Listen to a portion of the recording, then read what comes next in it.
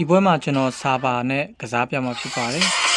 enemy ဘက်က massman 2ကောင်နဲ့ mate 1ကောင်အဲ့လိုမျိုးပါလာမယ်ဆိုရင်ဒါမှမဟုတ်ရင် mate 2ကောင် massman 1ကောင်ပါလာမယ်ဆိုရင်စာပါကိုပစ်တင်ပါတယ်ပြီးရင် hyper ရအောင်ယူပါအသုံးပြုနေရတော့ 12LT jungle ဖြစ်ပါတယ်9မိနစ်မပြည့်မချင်းခရီကိုမစားပါဘူးစာပါ hyper ကိုက်ပြီဆိုရင်နနတို့ Z တို့ပြီးရင်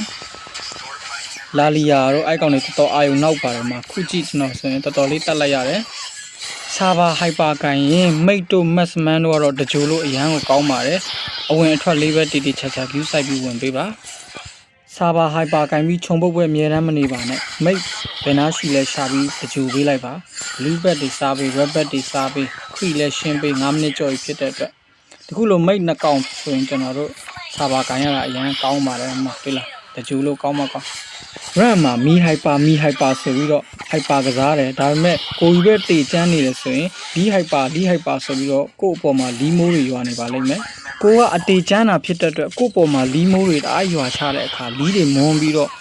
ကိုကပလေးတဲ့အခါကောင်းကောင်းမပလေးနိုင်တော့ပါဘူးဒါကြောင့်မို့တင်